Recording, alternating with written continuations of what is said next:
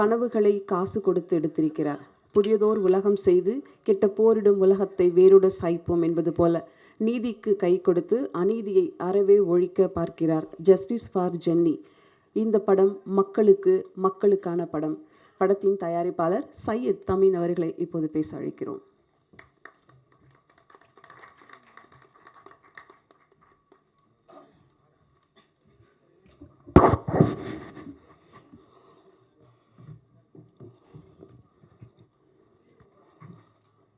எங்கள் அழைப்பை ஏற்று இங்கு வந்த அனைவருக்கும் நன்றி. இங்கு அமர்ந்திருக்கும் சினிமாவை சேர்ந்த சான்றோர்களுக்கும் அனைவருக்கும் என் நன்றியை தெரிவித்துக் கொள்கிறேன். கதைக்களத்தை மட்டுமே வைத்து திரையுலகில் பயணித்து வெற்றி பெற்ற இயக்குனர் சிகரம் பாக்யராஜ் சார் அவர்களின் முன்னிலையில் நமது ஆடியோ ரிலீஸை வெளியிடுவதில் நான் மகிழ்ச்சி அடைகிறேன். ஜஸ்டிஸ் ஃபார் ஜெனி, இதில் கதைகளம்தான் இருக்கிறது, வேறு எந்த மாஸ் மீடியாவும் இல்லை. இது ஒரு உண்மை சம்பவம். வஞ்சிக்கப்பட்ட தன் தோழிக்கு நீதி வேண்டுமென்று போராடும் இன்னொரு தோழியின் கதை. இந்த நீதி மறுக்கப்படுகிறதா, தாமதமாக கிடைக்கிறதா, நீதி கிடைக்கவில்லையா, இறுதியில் என்ன நடக்கிறது? ஒரு யதார்த்தமான கதை. இது ஒரு உண்மை சம்பவம். இந்த கதையின் கதாநாயகனான வில்லனுக்கு நிஜ வாழ்க்கையில் 2023 ஆண்டு தான் பூந்தமல்லி ஹைகோர்ட்டில் தீர்ப்பு வழங்கப்பட்டது. இது ஒரு உண்மை சம்பவம் என்பதற்கு இதுதான் எடுத்துக்காட்டு. அடுத்ததாக ப்ரொடியூசர் என்றால் உற்பத்தியாளர், தயாரிப்பாளர் என்று பொருள். எந்த ஒரு பொருளையோ அல்லது எந்த ஒரு விஷயத்தையுமோ தயாரித்து அவர் சந்தைக்கு எடுத்து வருகிறார். உதாரணமாக விவசாயி விதை விதைத்து அதை மழைக்கும் வெயிலுக்கும் பாதுகாத்து அறுவடை செய்து நெல்மணிகளை பாதுகாத்து சந்தைக்கு எடுத்து வைக்கிறார். கடைசி வரை அந்த விவசாயியால் அந்த நெல்மணிக்கு விலையை நிர்ணயிக்க முடியவில்லை. இதுதான் அனைத்து தொழிலும் உற்பத்தியாளர்களுக்கு உள்ள நிலைமை. இங்கும் ப்ரொடியூஸ் செய்கிறோம். நடுவில் வரும் அனைவர்களும் இடைத்தரகர்களும் வியாபாரம் செய்கிறார்கள். ஆனால் அந்த உற்பத்தியாளருக்கு கடைசியில் தான் லாபமா நஷ்டமா என்பது தெரிய வருகிறது. ஒரு தயாரிப்பாளர் தான் நல்ல இயக்குனரை உருவாக்க முடியும், நல்ல இயக்குனர் தான் ஒரு நடிகரை உருவாக்க முடியும். ஆகவே மக்களின் மனதில் முதலில் பதியக்கூடியது தயாரிப்பாளர் தான், மற்றவைகள் அதுக்கப்புறம்தான். கடைசியாக இந்த படத்தை அனைவரும் சினிமாவில் பார்த்து, தியேட்டரில் பார்த்து தயாரிப்பாளர்களை வாழ வைங்கள் என்று கூறி விடைபெறுகிறேன். நன்றி, வணக்கம். Thank you sir. இவ்வளோ அழகான தமிழில் படத்தோட டீட்டெயிலே சொல்லியிருக்கீங்க, ரொம்ப நன்றி. அடுத்ததாக நாம் பேச அழைக்கிறோம். நிறைய கோர்ட் ட்ராமா படங்கள் தமிழ்லையும் பார்த்துருக்கோம், மலையாளத்துலையும் பார்த்துருக்கோம். ஆனால் ஜஸ்டிஸ் ஃபார் ஜென்னி படத்தில் ரொம்பவே உணர்வுபூர்வமான ஒரு கலை அமைப்பை கொடுத்துருக்காங்க. ஒரு எம்டி லேண்டில் மார்ச்சுரி கிளப்பாக இருக்கட்டும், போலீஸ் ரூமாக இருக்கட்டும், கான்ஃபரன்ஸ் ரூமாக இருக்கட்டும், ரொம்ப அழகாக இது ஒரு செட்டு அப்படிங்கிறது தெரியாமல் இந்த படத்தோட முக்கியமான ஒரு பங்கெடுத்த டைரக்டர் PV பாலாஜி அவர்களை இப்போது பேச அழைக்கிறோம்.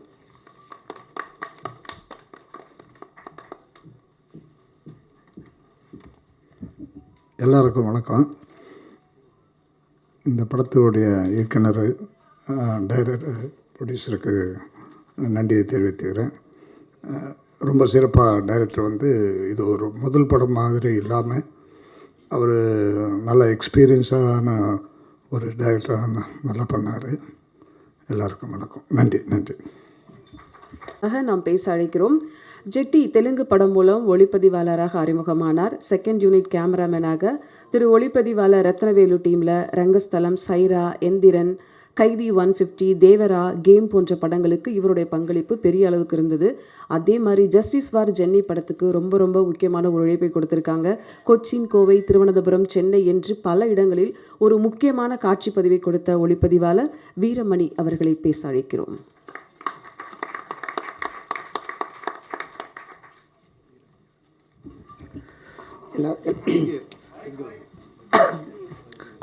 எல்லோருக்கும் வணக்கம். எங்களோட அழைப்பை ஏற்று காலையிலே வந்திருக்க மீடியா பர்சனாக அனைத்து மீடியா உள்ளவங்களுக்கும், எங்கள் மேடையில் இருக்க Bhagyaraj sir and Sathish sir, மற்ற ஆர்டிஸ்ட் எல்லாருக்கும் என்னுடைய காலை வணக்கத்தை தெரிவித்துக்கிறேன். இந்த படம் பற்றி கதையை ப்ரொடியூசர் சொல்லிட்டார், அப்புறம் டைரக்டர் சொல்ல போகிறேன். சொல்லிட்டு நான் அதை ஜென்ரலாக பேசுகிறேன். நான் டெக்னிக்கலாக இந்த படம் ஷூட் பண்ணது சென்னை, கொச்சின், அதுக்கப்புறம் திருவனந்தபுரம் இங்கெல்லாம் ஷூட் பண்ணோம். இதில் நைட் எஃபெக்ட் இருக்குது, டே எஃபெக்ட் இருக்குது. ஸோ இந்த சைக்கலாஜிக்கல் மர்டர் த்ரில்லர் அப்படின்றதுனால ஸோ டபுள் வேரியேஷன் கலர் பேட்டர்னில் ஷூட் பண்ணலாம் அப்படின்னு சொல்லிட்டு நான் டே எஃபெக்ட் ஷூட்டுக்கு சோனி வெனிஸ்டும், நைட் எஃபெக்ட்டுக்கு அலெக்ஸா கேமரா ஷூட் பண்ணோம். எதுக்குன்னா இப்போது ஸ்கின் டோன் மார்னிங்கில் ஸ்கின் டோன் நம்மளுக்கு லைவாக இருக்கும், நைட்டில் கொஞ்சம் கான்ட்ராஸ்ட்டாக டீப்பாக இருக்கும், அந்த பர்பஸ்க்காக.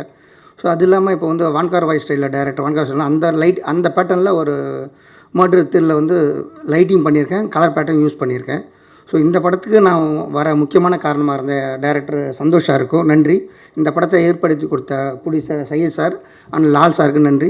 என் அழைப்பை ஏற்று இங்கே வந்திருக்க அனைவருக்கும் நன்றி. Thank you very much. நன்றி. அடுத்ததாக நாம் பேச அழைக்கிறோம் படத்தோட எடிட்டர் பற்றி ரொம்ப முக்கியமாக சொல்லணும். துல்கர் சல்மானோட 100 Days of Love உட்பட மோகன்லால், மம்முட்டி படங்களோட இவங்களோட எடிட்டிங் ரொம்ப முக்கியமாக பேசப்பட்டிருக்கு. அது மட்டும் இல்லை, காலம் எல்லா காயங்களையும் மாற்றும், ஆனால் ஆழமான காயத்தை ஒருபோதும் ஆழ்ந்த சுகத்தை ஆற்றாது அப்படிங்கிற மாதிரி ஜஸ்டிஸ் ஃபார் ஜென்னி படத்துக்கு இவரோட எடிட்டிங் ரொம்ப அற்புதமான ஒரு நேர்த்தியான எடிட்டிங் கொடுத்துருக்காங்க. இவங்களோட ட்ரைலர் கட்டாக இருக்கும், படத்தோட முக்கியமான காட்சிகளுக்கு இவங்களோட எடிட்டராக இருக்கட்டும், அற்புதமான வேலை பார்த்து கொடுத்த சந்தீப் அவர்களை இப்போது பேச அழைக்கிறோம்.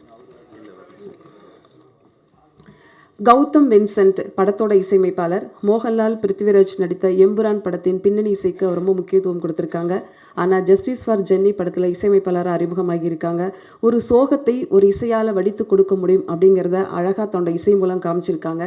ஆழப்புழாலிருந்து கோடம்பாக்கத்துக்கு வந்திருக்கக்கூடிய இசையமைப்பாளர் கௌதம் வின்சென்ட் அவர்களை இப்போது பேச அழைக்கிறோம்.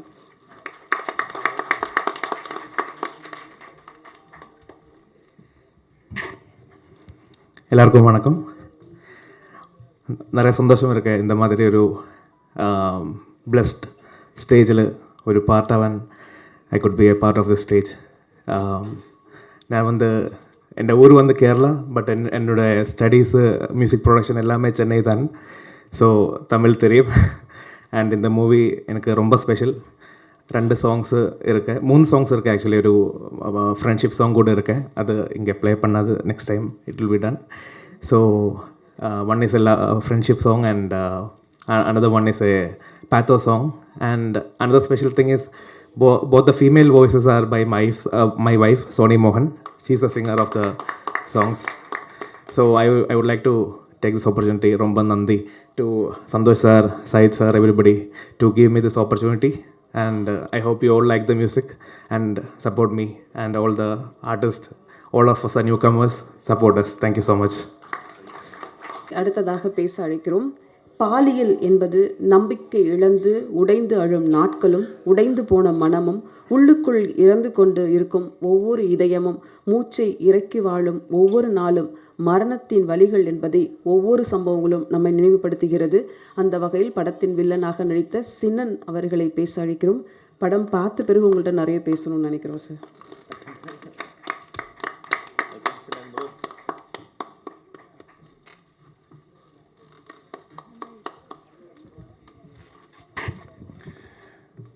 எல்லாருக்கும் வணக்கம்.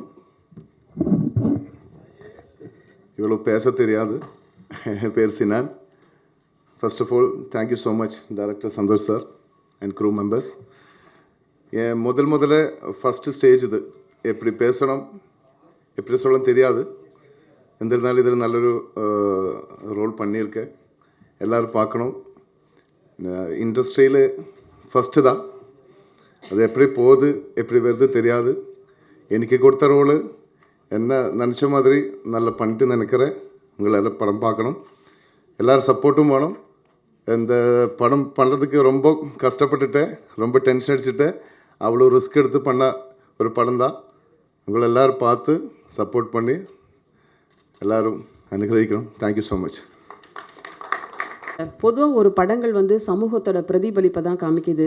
அந்த மாதிரி ஜஸ்டிஸ் ஃபார் ஜென்னி ஒரு பெரிய பாதிப்பை மக்களுக்கு ஏற்படுத்தும் நம்புகிறோம். இரக்கமற்ற கொடூர சம்பவத்துக்கு நியாயமான நீதியும் தண்டனையும் கிடைக்க வேண்டும் அப்படிங்கிறது தான் இந்த படத்துடைய முக்கியமான விஷயமே இருக்குது. இந்த படத்தில் முக்கிய கதாபாத்திரம் ஏற்று நடித்த பிட்டு தாமஸ் அவர்களை பேச அழைக்கிறோம்.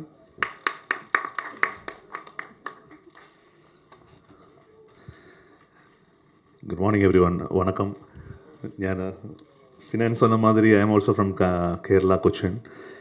தமிழ் தெரியும், ஆனால் பேசுகிறதுக்கு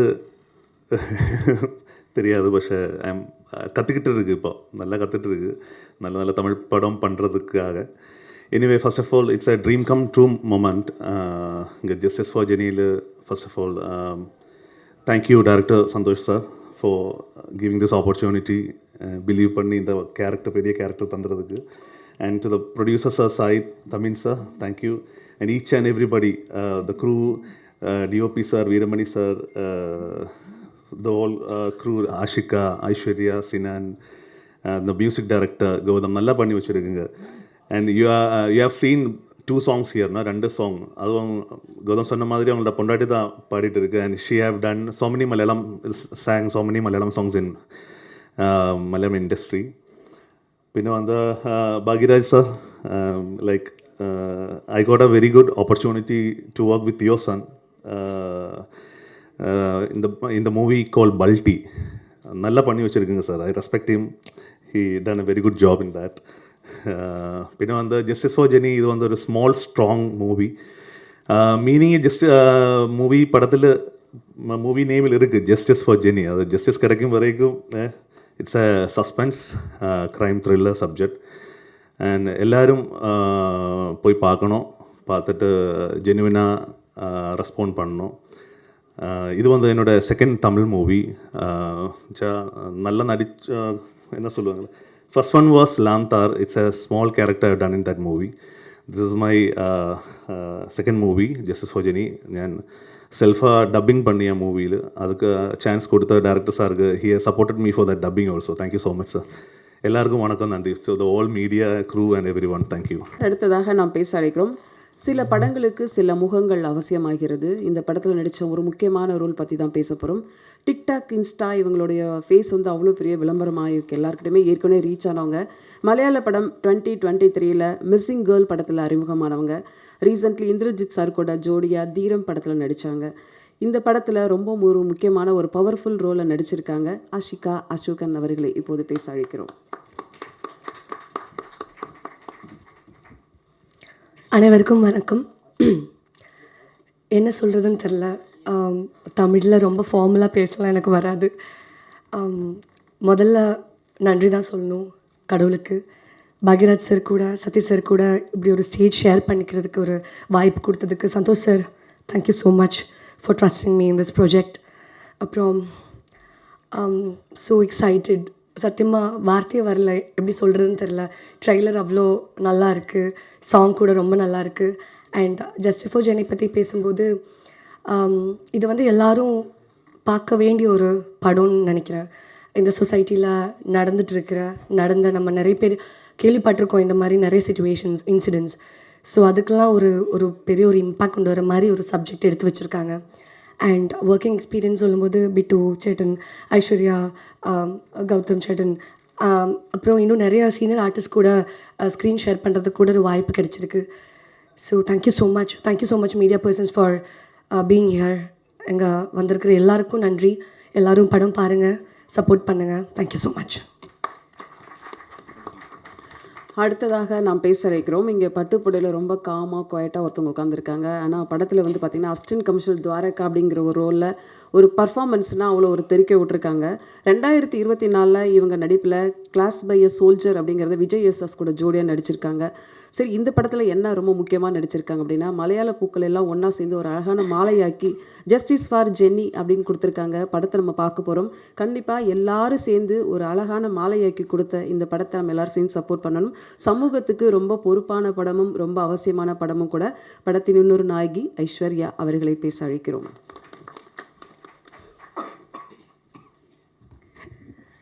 அனைவருக்கும் வணக்கம்.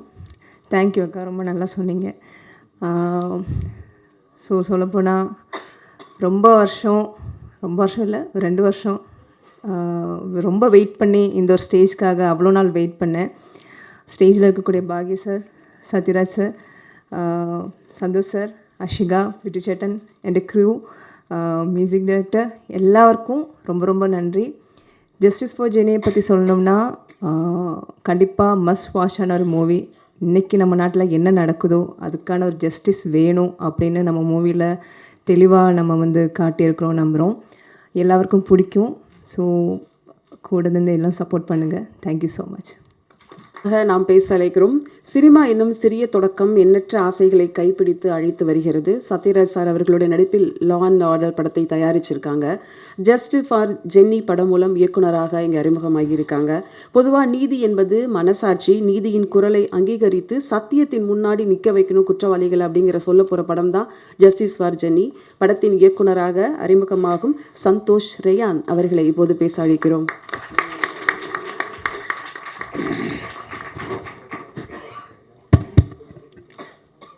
ஓகே.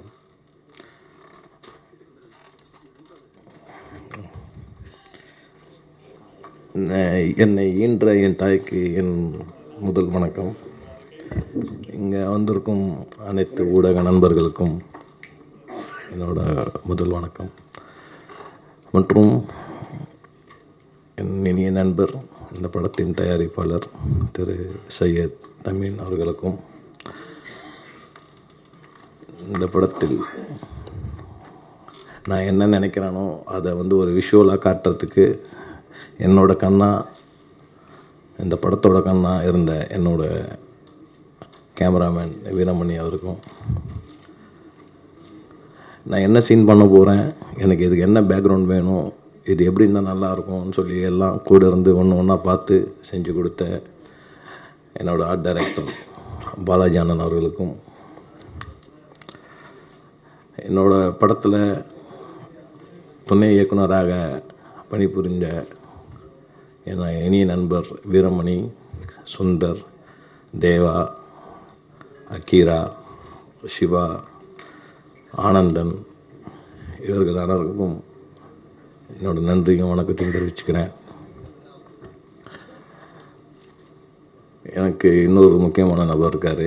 இந்த படத்தை முடிக்கிறதுக்கு கூட இருந்து எல்லாம் சப்போர்ட் பண்ணி இந்த படத்தை இந்த ஸ்டேஜுக்கு வரைக்கும் கொண்டு வந்திருக்கு லால் தேவசகாயமணன் அவர்களுக்கும், இன்றைக்கி இந்த மூவியை ஆடியோ லான்ச் வரைக்கும் கொண்டு வந்து கொடுத்துருக்க குகன் சார் அவர்களுக்கும் என்னோடய நன்றியை தெரிவிச்சுக்கிறேன். இந்த படம் நாங்கள் பிளான் பண்ணி ஸ்டார்ட் பண்ணும்போது இது எப்படி ஸ்டார்ட் பண்ண போகிறோம், எப்படி முடிக்க போகிறோன்ற ஒரு பயமும் குழப்பமும் இருந்துச்சு. ஸோ அந்த மாதிரி டைமில் எனக்கு கூட இருந்து ரொம்ப சப்போர்ட்டாக இருந்தவங்க சையத் சாரும் என்னோடய அண்ணன் லால் தேவசகாயம் சாரும். அதுக்கப்புறம் இந்த படத்தோட எக்ஸிக்யூட்டிவ் ப்ரொடியூசர்ஸான என் இனிய தம்பி சரவணனும் மசூதுக்கும் என்னோடய நன்றி தெரிவிச்சுக்கிறேன். இந்த படத்தில் ஆஷிகா அசோகன் அவங்க ஒரு லீடாக பண்ணியிருக்காங்க. அவங்க ரொம்ப நல்லா பண்ணியிருக்காங்க. நீங்கள் படம் பார்க்குறப்ப அவங்க எல்லாருக்கும் தெரியும் அவங்க பர்ஃபார்மன்ஸ்.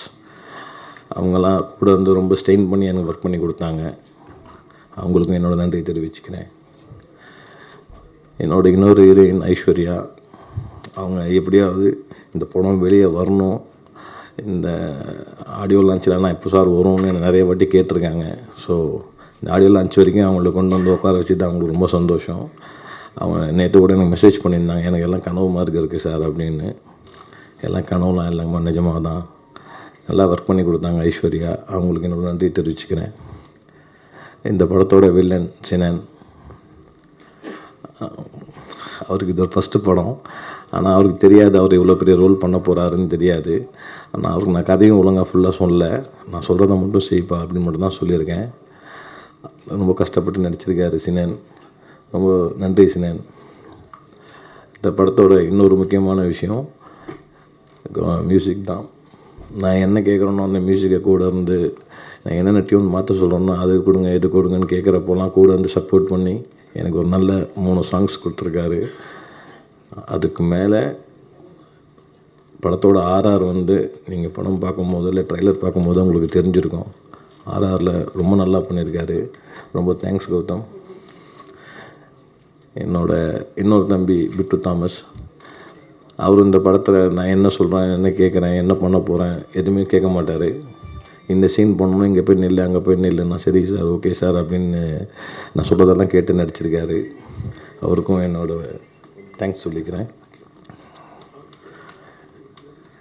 இந்தியாவின் சிறந்த ஸ்க்ரீன் பிளே ஜாம்பவான் என்று அழைக்கப்படும் பாக்யராஜ் சாருக்கு என்னோட நன்றியை தெரிவிச்சுக்கிறேன். ஜேஎஸ்கே சதீஷ்குமார் சார், நான் கூப்பிட்ட உடனே ஏன் இதுக்கு என்ன விஷயம், என்ன டைமு, அதை மட்டும் சொல்லு, நான் வந்துடுவேன் அப்படின்னு சொல்லி இங்கே வந்து உட்காந்துருக்காரு. சாருக்கும் என்னோட நன்றியை தெரிவிச்சுக்கிறேன். நீங்கள் எல்லோரும் இந்த படத்தை பாருங்கள். இந்த படம் வந்து ஜஸ்டிஸ் ஃபார் ஜெனி அப்படின்னு நான் எடுத்திருக்கேன். ஆனால் ஜஸ்டிஸ் ஃபார் அப்படின்ற ஒரு வார்த்தை ஒரு நாள் இல்லை, ஒரு வாரம் இல்லை, ஒரு மாதம் இல்லை, ஒரு வருஷம் இல்லை, நீங்கள் கண்டினியூவாக அந்த வார்த்தையை எல்லா மாநிலங்களையும் கேட்டுட்டு தான் இருக்கீங்க. இந்த மாதிரி இஷ்யூ நடந்துக்கிட்டு தான் இருக்குது. இந்த மாதிரி படங்கள் நிறைய வந்தாலுமே திரும்ப திரும்ப அந்த வாய்ஸ் நம்மளுக்கு கேட்டுட்டு தான் இருக்குது. இதில் வந்து என்ன ஒரு விஷயம்னா, இதில் வந்து நம்மளோட கவர்மெண்ட்டோ இல்லை நீதித்துறையோ காவல்துறையோ இது மட்டும் அந்த பிரச்சனையை சால்வ் பண்ணிடும் அப்படின்னு நம்ம நினைக்க முடியாது. இது ஒரு மனிதனோட தனிப்பட்ட ஒழுக்கம். அந்த ஒழுக்கம் கரெக்டாக இருந்தால் இவ்வளோ பிரச்சனைகள் நடக்காது. ஸோ டிசிப்ளின், செல்ஃப் டிசிப்ளின் வந்து எல்லாருக்கும் இருக்கணும். ஸோ இதெல்லாம் நான் இந்த படத்தில் சொல்லியிருக்கேன். அது இல்லாமல் இன்னும் நிறைய விஷயங்கள் நான் சொல்லியிருக்கேன். பெண்கள் பற்றி சொல்லியிருக்கேன். முக்கியமாக பெண் பிள்ளைகளை பெற்ற அனைத்து பேரண்ட்ஸும் இந்த படத்தை பார்க்கணும். அதே மாதிரி அனைத்து பெண்களுமே இந்த படத்தை பார்க்கணும். ஏன்னா இது வந்து ஒரு பெண்களுக்கான படம், ஒரு ஃப்ரெண்ட்ஷிப்கான படம். நீங்கள் ட்ரெய்லர்லேயே பார்த்துருப்பீங்க. அந்த ட்ரெய்லரில் என்ன நடக்குது, ஏது நடக்குது, என்னென்ன போயிட்டுருக்கு. அந்த சாங்கில் நீங்கள் பேத்தா சாங்லேயே பார்த்துருப்பீங்க. உங்களுக்கே அதில் ஒரு விஷயங்கள் புரிஞ்சிருக்கும்.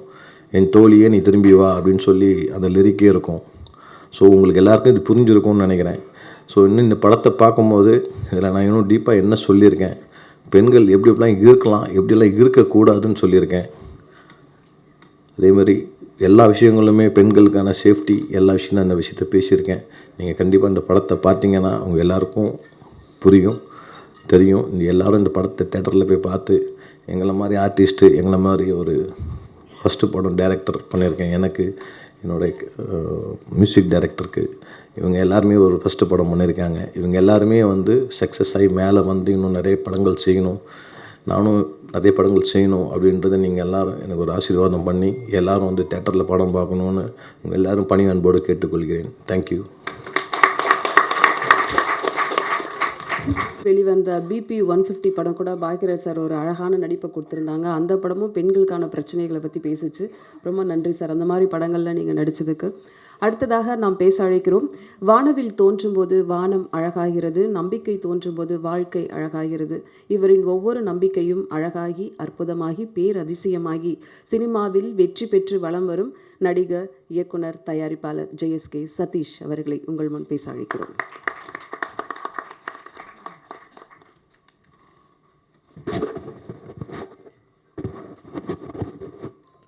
அனைவருக்கும் காலை வணக்கம். முதல்ல இந்த நிகழ்ச்சி வந்து ரொம்ப ஒரு சந்தோஷமான மகிழ்ச்சியான நிகழ்ச்சி. பத்திரிகையாளர்கள் கூட ஒரு 10:30 மணிக்கு ஆரம்பித்து 11:30 மணிக்கு கிட்டத்தட்ட முடிய போகுது. இல்லைன்னா ரொம்ப நேரம் இழுத்து எல்லோரும் வந்து ஒரு சோர்வடையக்கூடிய ஒரு சூழல் இல்லாமல் சொல்ல வேண்டிய விஷயத்தை சுருக்கமாக கரெக்டாக சொல்லி பிளான் பண்ணி நல்லா பண்ணியிருக்காங்க. கவிதா உட்பட குழுவினர் அனைவருக்கும் நன்றி. ஜஸ்டிஸ் ஃபார் ஜெனி இந்த படத்தை தயாரித்த சையத் அவர்களுக்கு வாழ்த்துக்கள். ஒரு தயாரிப்பாளர் இவ்வளோ புரிதலோட ஒரு சந்தையை பற்றி பேசி ஒரு படம் வந்து நம்ம யாரையும் டிபெண்ட் பண்ணி படம் எடுக்க வேண்டிய அவசியம் இல்லை, நமக்கு வியாபாரம் தெரிஞ்சால் போதும் அப்படிங்கிற ஒரு சூழலை வந்து இன்றைக்கி யதார்த்த உண்மையை தெரிஞ்சுக்கிட்டு படம் எடுத்திருக்காரு. இந்த படத்தை பற்றி பேசுகிறதுக்கு எனக்கு ஓரளவுக்கு வந்து தகுதி இருக்குது. ஏன்னா இந்த படம் நான் பார்த்துட்டேன்.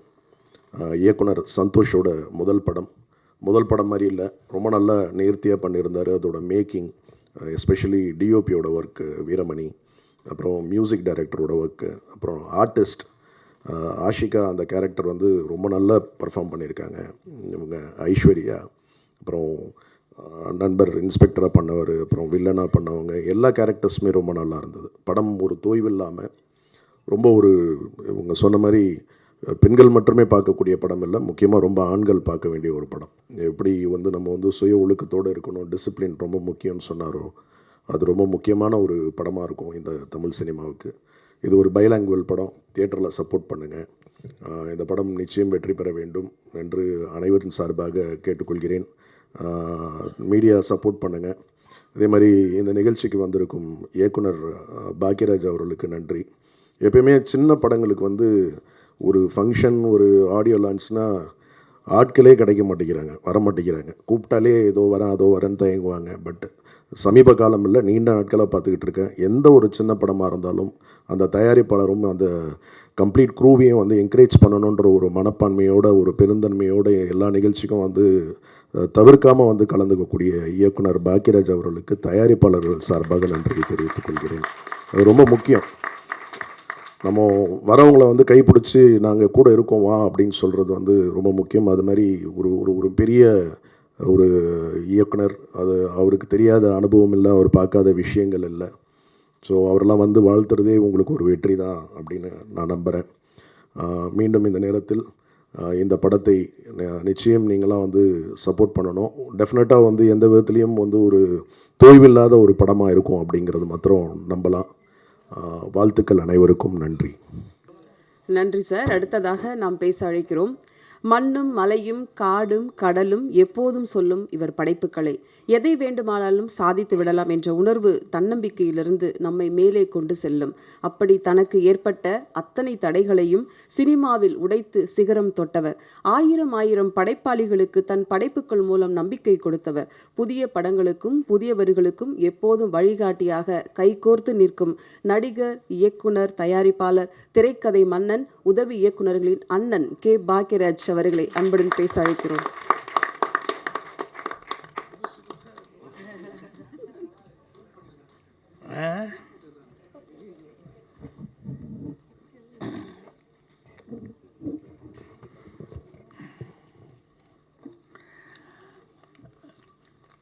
ஜென்னி ஃபார் ஜஸ்டிஸ் திரைப்படத்தின் ஆஹா இப்படி இருக்கலாம்னு நினைக்கிறேன். அவங்க யார் போராடுறது, லாயர்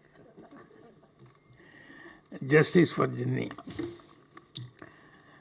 இதில் ஜேன்னு போட்டதுனால எனக்கு அவங்க ஞாபகம்லாம் வந்துருச்சு. மரியாதைக்குரிய பத்திரிகை மற்றும் அனைத்து ஊடக நண்பர்களுக்கும் என்னுடைய பணிவான வணக்கம் தெரிவிச்சுக்கிறேன். அதே மாதிரி முன்னால் உட்காந்துருக்க வாழ்த்த வந்திருக்கும் அனைத்து நண்பர்களுக்கும் என்னுடைய வணக்கத்தை தெரிவிச்சுக்கிறேன்.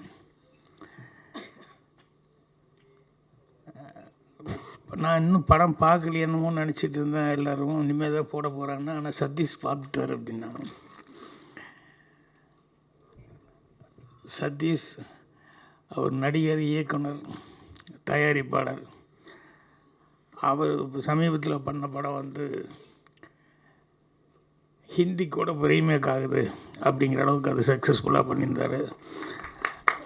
ஸோ ரொம்ப சந்தோஷமாக இருக்குது. ஏன்னா படங்கள் இப்போல்லாம் ரீமேக் பண்ணுறதுங்கிறது கொஞ்சம் ரேராக தான் ரீமேக் ஆகுது. ரொம்ப நல்ல படங்கள் ரொம்ப நல்லா கலெக்ஷன் ஆச்சு அப்படின்னா தான் ரீமேக் ஆகுது. ஸோ அந்த மாதிரி ஹிந்தியில் பண்ண போகிறாங்கன்னு சொல்லும்போது ரொம்ப சந்தோஷமாக இருந்தது. ஸோ அவர் படம் பார்த்துட்டு அவர் சொல்கிறாரு அப்படிங்கும்போது கண்டிப்பாக கரெக்டாக அவருடைய இது ஃபோட்டோகிராஃபி பற்றி, கேமராமேனை பற்றி சொல்லிட்டு இருந்தார், மியூசிக் பற்றி சொன்னார். அப்புறம் அந்த படமும் ஒரு டிஃப்ரெண்ட்டான ஒரு இதில் எடுத்திருக்காங்க அப்படின்னு சொன்னார். ஸோ எனக்கும் முதல்ல எல்லாத்துக்கும் வணக்கம் சொல்லிடலாம். இந்த ப்ரொடியூசர் சையத் அவர்கள், அதுக்கப்புறம் ஆர்ட் டைரக்டர் வந்திருக்காரு கௌதம், கேமரா இவர் மியூசிக் டைரக்டர், அப்புறம் ஐஸ்வர்யா அவங்களுக்கு நீங்கள் பிட்டு வில்லன் கேரக்டர் செஞ்சவர், எல்லாத்துக்குமே என்னுடைய பணிவான வணக்கத்தையும் வாழ்த்துக்களையும் நான் தெரிவிச்சுக்கிறேன். ப்ரொடியூசர் டைரக்டர் வந்து சந்தோஷ் அவர்கள் வந்து இன்வைட் பண்ணும்போது சும்மா என்ன கதை என்னன்னு சொல்லி ஜென்ரலாக படத்தை பற்றி தெரிஞ்சுக்கலான்னு சொல்லி கேட்கும்போது, இது ஒரு லேடிஸுக்கான சப்ஜெக்ட் அப்படின்னு சொல்லிட்டு ஒரு அவுட்லைன் சொன்னார். அவர் முன்னால் எங்கேயாவது ஒர்க் பண்ணியிருக்காரா என்னன்னு சொல்லிட்டு யாராவது வந்தாலும் கேட்பார்ல, யார்கிட்ட ஒர்க் பண்ணீங்க என்ன அப்படின்ட்டு. இல்லை சார், எனக்கு சினிமாவில் இருந்த ஆர்வத்தில் படங்களை பார்த்து நானே கற்றுக்கிட்டேன், நடிக்கணும்னு ஒரு ஆர்வம் இருந்தது, அதுக்கப்புறம் டைரக்ஷன் பண்ணலான்னு சொல்லி டைரக்ஷன் பண்ணியிருக்கேன் அப்படின்னாரு. அப்போ அந்த அவுட்லைன் சொல்லும்போது வந்து ரொம்ப தெளிவாக சொன்னார். அது சட்டம், போலீஸ், காவல்துறை, நீதித்துறை இது சம்மந்தப்பட்டதாக இருந்தது அந்த சப்ஜெக்டு. நீட்டாக தெளிவாக சொன்னார். புதுசாக பண்ண போகிறது, யார்கிட்டையும் ஒர்க் பண்ணாமல் பண்ணுறாரு அப்படிங்கும்போது அவர் சொல்கிற நேரேஷனில் வந்து அவர் எவ்வளோ அழகாக சொல்லுவார் அப்படின்னு சொல்லிட்டு அதுலேயே என்னால் ஊகிக்க முடிஞ்சது. அவர் மட்டும் இல்லை, அவர் கூட சரவணன் எக்ஸிக்யூட்டிவ் ப்ரொடியூசர் வந்தார். இவர் சொல்லிகிட்டு இருக்கும்போது நடுவில் அவரும் பூந்துட்டு சில இடங்களில் இவர் தண்ணி குடிக்கிற கேப்பில், ஃபோன் பேசுகிற கேப்பில் எல்லாம் வந்து அவரும் படத்தை பற்றியும் மற்ற விஷயத்தை பற்றியும் சொல்லிட்டு இருந்தார். அவர் எவ்வளோ நாலேஜோடு இருக்கார் சினிமாவில் அப்படிங்கிறது பார்க்கும்போது எனக்கு உண்மையிலேயே ஆச்சரியமாக இருந்தது. அது எல்லாத்தோட பெரிய ஆச்சரியம், ப்ரொடியூசர் சையத் வந்து ஆரம்பித்தார் பாருங்கள் கதையை பற்றி.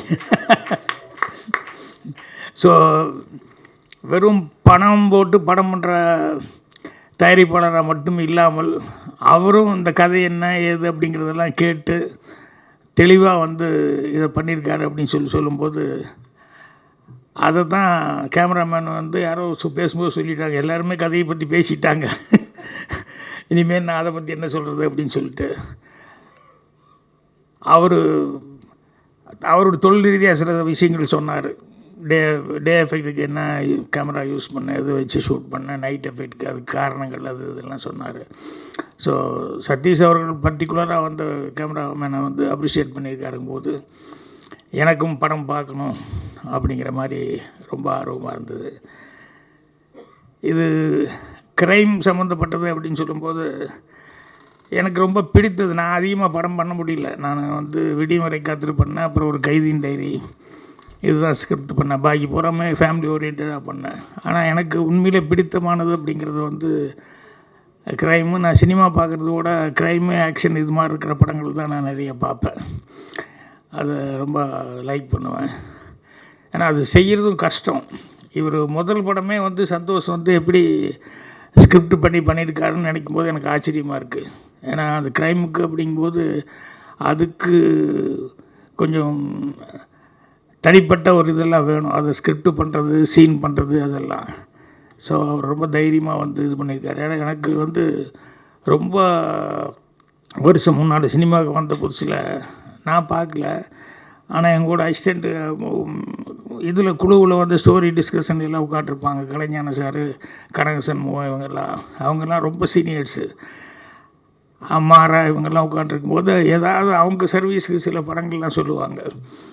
அதில் கனகசன் மூவா சார் ஒரு க்ரைம் சப்ஜெக்ட் சொன்னார். எனக்கு ரொம்ப பிடிச்சது. அது இன்னும் மனசில் அப்படியே பதிவாயிருக்கு. என்னென்னா 2 பேர் அக்கா தங்கச்சிங்க. அதில் ஒருத்தி வந்து நல்ல ரிச்சு, நல்ல பணக்காரி ஆகிட்டா.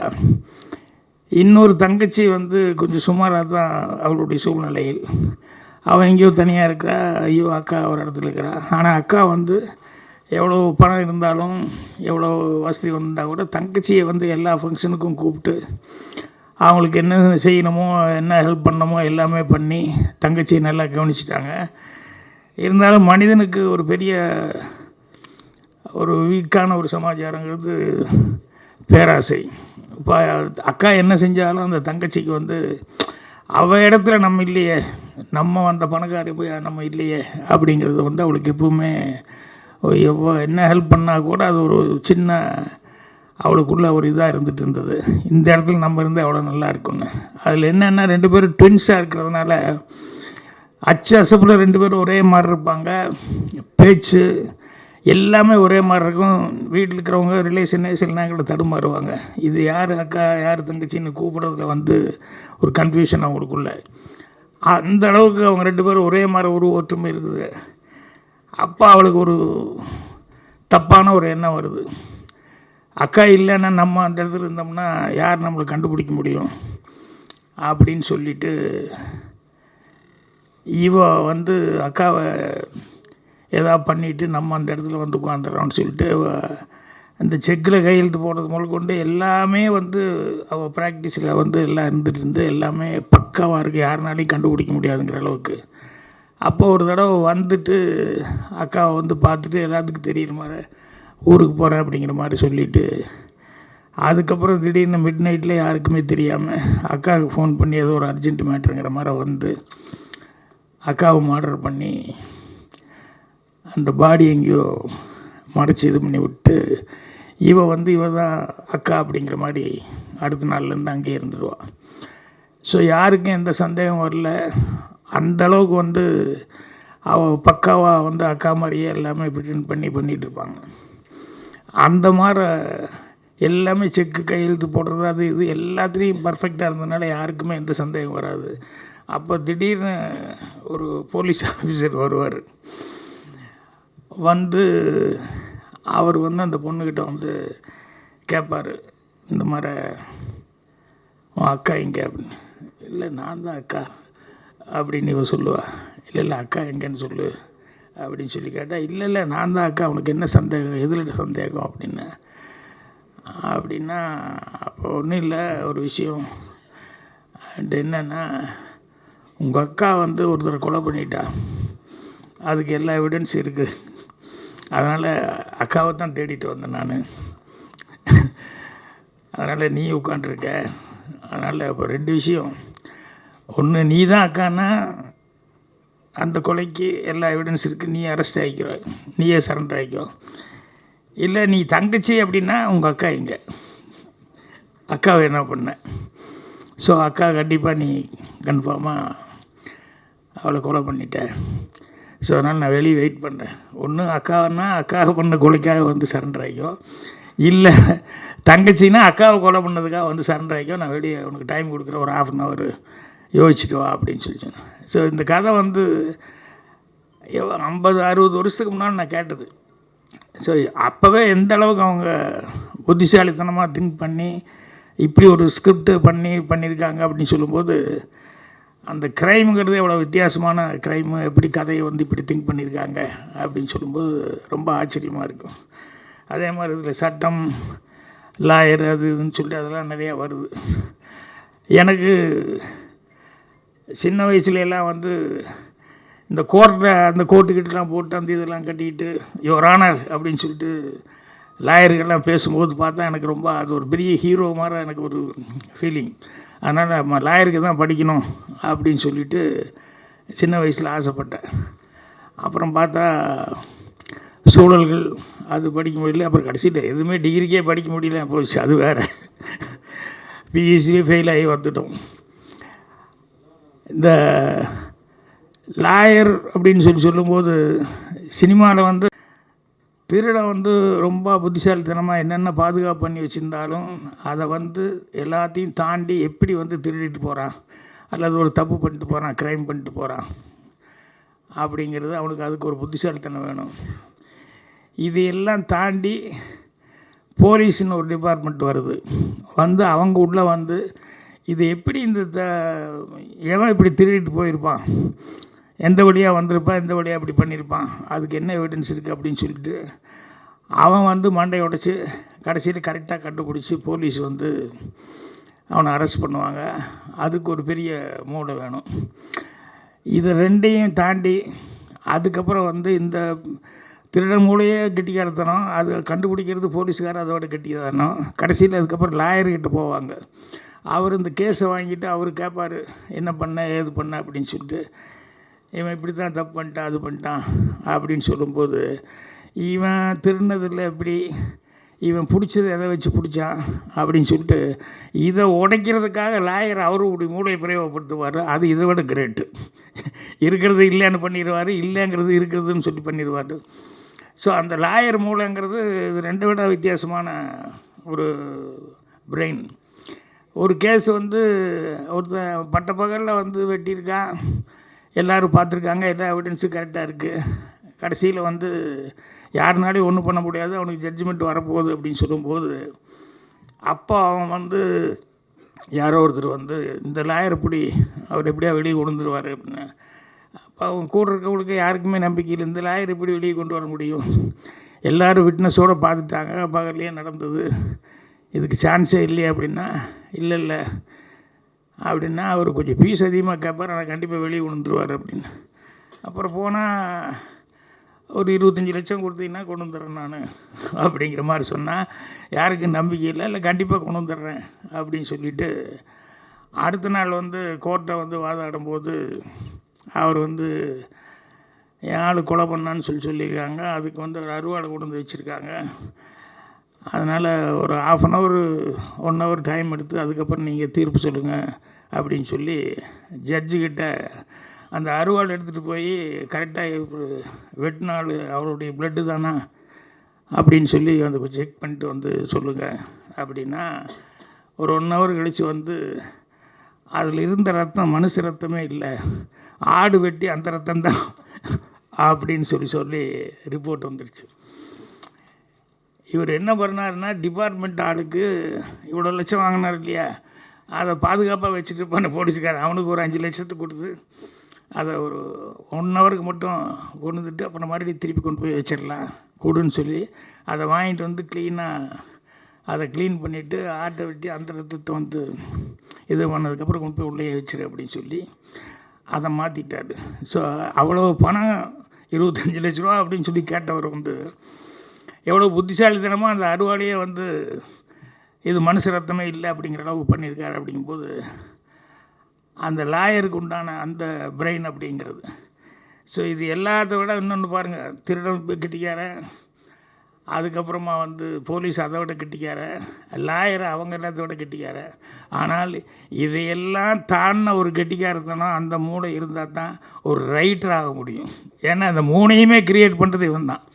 போலீஸ் திருடனையும் தான் க்ரியேட் பண்ணி ஆகணும், எப்படி திருடுறான்னு, போலீஸ் எப்படி கண்டுபிடிக்கிறாங்கிறது இவன் தான் க்ரியேட் பண்ணணும், லாயர் எப்படி ஆர்கியூ பண்ணுறாருங்கிறதும் ரைட்டு தான் க்ரியேட் பண்ணணும். அப்படிங்கும்போது இந்த ரைட்டருங்கிறவன் எல்லாமே தாண்டி அவன் யோசிக்கணும் அப்படின்னு சொல்லி அந்தளவுக்கு அதுக்கு வந்து நாலேஜ் இருக்கணும். அதனால தான் க்ரைம் செய்யும்போது வந்து எவ்வளோ கேர்ஃபுல்லாக வந்து க்ரைம் பண்ணுறாங்க அப்படின்னு சொல்லிட்டு அந்த மாதிரி சப்ஜெக்ட்டுக்கெல்லாம் பண்ணுறாங்க. ஏன்னா இப்போ வந்து ட்ரெண்ட் ஆகிப்போச்சு, வெப் சீரிஸு அது எல்லாமே நிறையா பார்த்தீங்கன்னு சொன்னோம்னா எல்லாமே ஏதாவது ஒரு க்ரைமு அதை எப்படி கண்டுபிடிக்கிறாங்க என்ன அப்படிங்கிறது அதை ஃபாலோ பண்ணியே போகுது. அது என்னென்னா படம் பார்க்கும்போது ஒரு இன்ட்ரெஸ்ட்டாகவும் இருக்கும் அந்த மாதிரி கதைகள் பண்ணும்போது. ஸோ இப்போ என்கிட்ட வந்து பேசிகிட்டு இருக்கும்போது கூட ஒரு 2 படத்தை பற்றி சொல்லிக்கிட்டு இருந்தார். அவசியம் பாருங்கள், இந்த படங்கள்லாம் உங்களுக்கு பிடிக்கும் அப்படின்னு சொல்லிட்டு. ஸோ அவர் வந்து க்ரைம் வந்து இந்தளவுக்கு ஃபஸ்ட்டு படம் இந்த ஜஸ்டிஸ் ஃபார் ஜென்னி அதை வந்து அதை தான் க்ரைமாக அதை வந்து மெயினாக வச்சுட்டு பண்ணியிருக்காரு. ஸோ ஒரு தப்பு நடக்குது அப்படிங்கிறது நமக்கு தெரிஞ்சிருச்சு, கதையில் வந்து இது பண்ணுச்சு.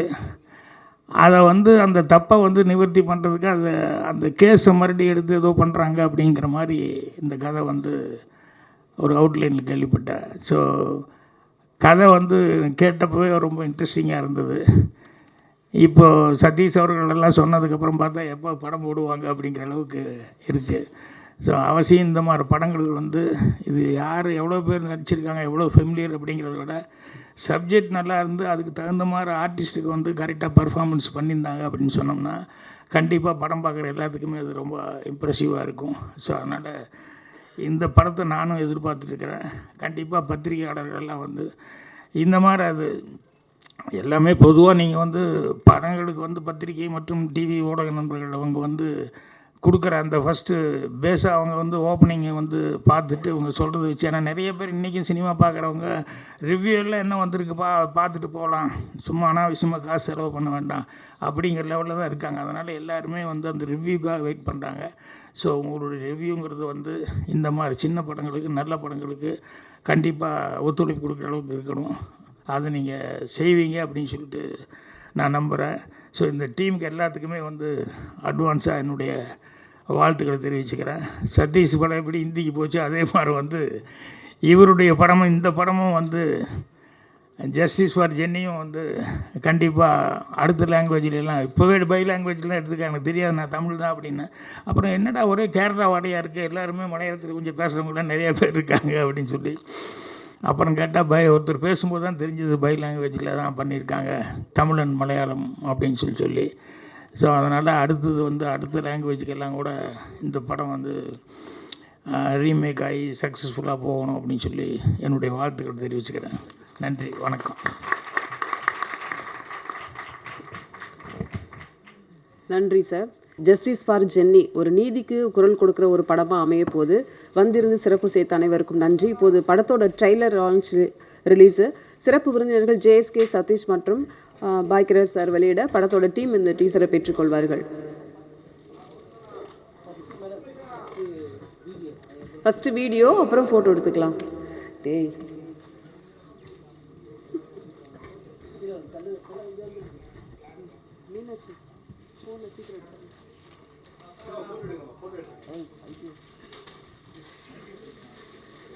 மைக்கில் வந்து சொல்கிறியா?